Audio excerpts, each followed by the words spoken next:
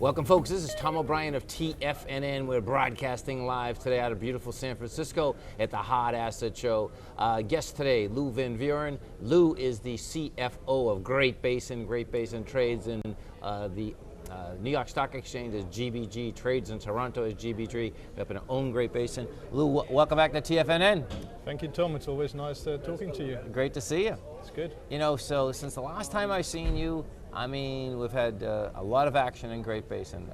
Walk us through, I'd like you to walk us through maybe Nevada first, and then let's go over to South Africa. Yeah, Tom, we just completed our presentation up here, and what is interesting, what happened in the last 12 months, to try and cover it in a 15-minute presentation is impossible. Yes. Nevada is just so exciting. A year ago, we were struggling to get rid of our stockpile. In 2010, we have our own mill up and running right now. Amazing. We are not at the mercy of the mill owners anymore around us. And we even had 40,000 tons that we had to get rid of, put that through a mill of Midas as well as Jerritt Canyon.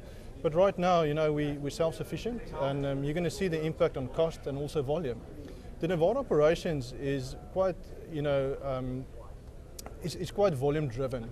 If volume goes up, the price comes down, and I'm talking cash cost. Okay. And we're getting that right now. With milling capacity, we've increased our volume to over 300 tons a day with the target of 350, and immediately the cash cost just reacted on that. So the fourth quarter this year is going to be the first year that we have an integrated operation, mining at 325 tons per day and milling at the same rate. And we're going to see cash costs coming down to the 550, 600 levels. So Lou, when you get into once that's the mining, and I know you get the mill up and going, so what, you got to start the mill slower and then you get it going, is that how it works? That's correct, Tom, and the nice problem we have there is that if you take material that's on average 1 ounce gold and 6 ounces of silver and put it into a mill, it creates its own challenges, and we started off early in 2010 slowly milling, because we did not have the leach time in the mill, so we could only feed 150 tons a day into that mill. I see.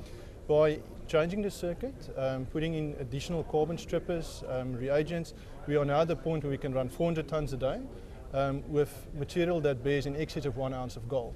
So now we're at full capacity. We could never run it at full because we were losing gold through the tails. And that's the exciting part of it. There's an art to that, isn't there? There's quite an art. What I found out since we were looking for mills in early 2008 is that a mill is not a mill. You got to get the right circuit that can actually handle these high grades. To mill 0.2, 0.3 ounce of material, any mill can do that. Okay. But with metal loading like we had to change the circuit, test it, change it a bit, tweak it a little bit. And we're now at the point where it's running good, the recoveries are coming up. We need to improve a bit more on recoveries, but this is the quarter we're going to sort that out as well. So amazing. Now, you get that up and going. Talk to me about Witwatersrand, because the bottom line is that you've been working on that for a long time, and you had your first pour, so let's walk the folks through what we have happening there. 4 years ago, it was moose pasture. Every time when I drive out to that property, I got to pinch myself to say, what have we done in 4 years? Right. Now it's a mine. It's a full integrated mine. It's wonderful to see what's going on there. In the last couple of months only, with the mill being commissioned, you get the feeling that things are coming together, and you see it on the mine with the people there as well. Right. The metallurgical plant is basically completed, fully commissioned except for the CIL circuit, as well as the gold tube. Now, you're correct, we had our first gold pour at the end of October from the gravity circuit, but we need the CIL circuit completed to have sustaining gold pours as well. But we're there in the next 2 weeks. It takes about 21 days since you feed material into the CIL circuit until you actually see it on the elution side. So that's done. The vertical shaft, that's been licensed. We started tipping, hoisting through the vertical shaft, and that makes a huge difference on a project. I was down there the other day, and 3.5 kilometer decline. All traffic has to go up and down that. It's very congested. It looks like the I-80 going out of San Francisco. You got to really know your way around, and with the shaft now available, problem solved. It's big impact on the project. Can you walk the folks through? South African mines, deep mines. My understanding is that we're dealing with something that's not as deep in South Africa, right? Tom, that's what sets this apart from the South African industry, and myself growing up in the industry, it's amazing that you actually have a gold mine that you drive down in a decline to start off with, We started mining at about 300 meters. And after 19 years, we get to about 800 meters. So Amazing. that's why our shaft is only 485 meters shallow. I don't call it Right, deep. that's for sure. Because there's a couple of ore bodies now that's exceeding 3 kilometers. That's why our costs are so low as well. There's no refrigeration we need to do, limited pumping, and the biggest impact is the fact that we have efficiencies. People don't travel 2-3 hours to the working place. It's down the vertical shaft, which most probably going to take them a minute, and it's out onto a vehicle and maybe 2 or 3 more minutes than at their working place. That's so amazing, that's isn't what it? creates the efficiency, really. Amazing. Now, when we talk, and we've talked in the past, we get the dollar, we get the rand dollar, right? Yeah. Can you talk to me about how that reacts to bottom line and top line?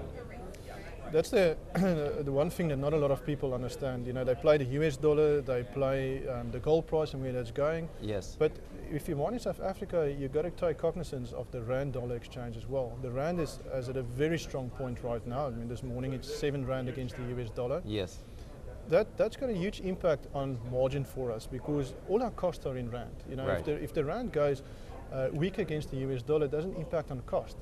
It's the margin that increases really because rand of gold sales in terms of rand per kilogram just goes through the roof when the rand goes to 8 or 8.50. And it's so volatile. It was at 8 earlier this year already. Sure. So for the short and medium term, forecast is definitely going back to 7.58 rand. And then in the longer term, we forecast a 9 rand over the 19-year life of mine. Huge impact on margin, no impact on cost. And what's amazing is that, whether we look at the United States, we look at Europe, we go over to South Africa, we look at Australia, the dollar, this is a very unique situation because the dollar could actually go up, gold could actually pull back, and your bottom line could actually go up. That's the dichotomy in this, that for our bottom line to go up, the dollar has to go up, and gold's got to pull back a little bit because even at 1350 gold, yes, we're not at record highs in terms of rand gold price. So right. I wouldn't mind if the gold price comes down to 1300, even 1250, but the rand goes up to 8. That'll create the margin for us that we actually amazing, need. isn't And it? the South African project being 4 or 5 times the size of the Nevada project, I'd rather have it that way than have a strong or a weak US dollar. What is the energy in South Africa right now? Have a lot of those issues been put to the side? Where are we at with the energy now? Yeah, Tom, there's not one conference or one investor tour that we go to that people don't ask about it because there's a lot of rumors and misnomers out there. Fact is that we didn't have a blackout since January 2008. Isn't that Eskom cool? has been doing an excellent job in making sure that they've got the demand to sustain the growth in the economy. Right.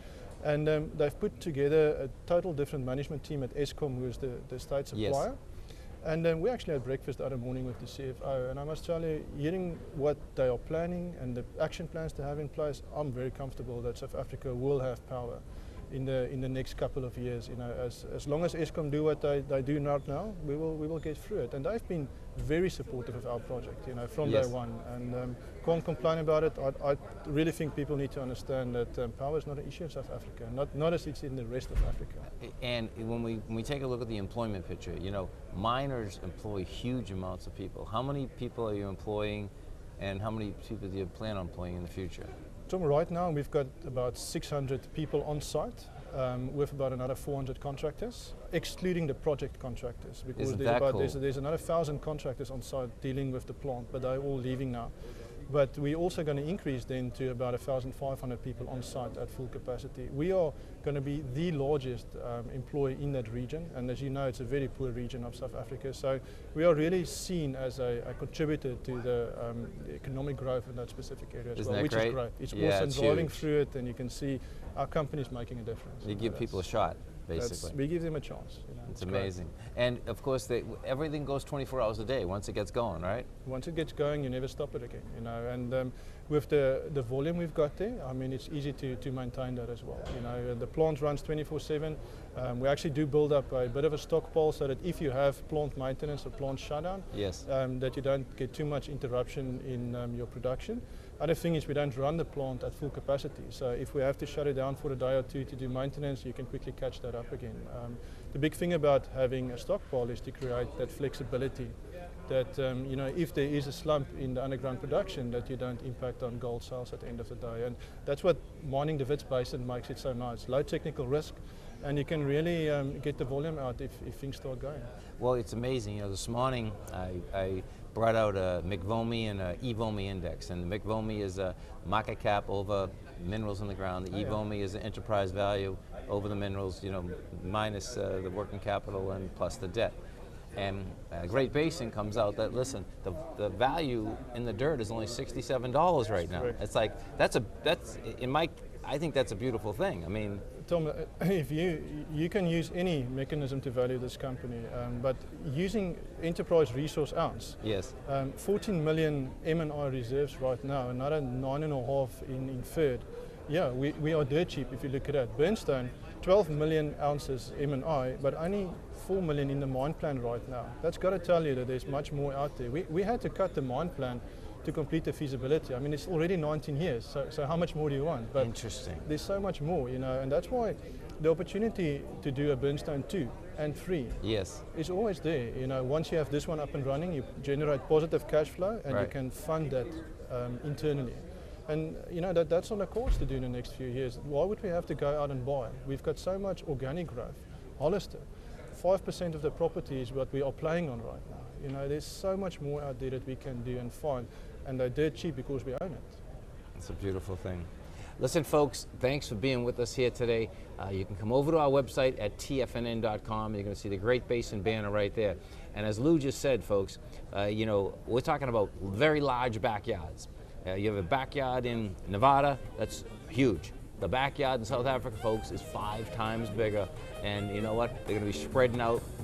Check it out at tfnn.com. Lou, thanks so much for being with us.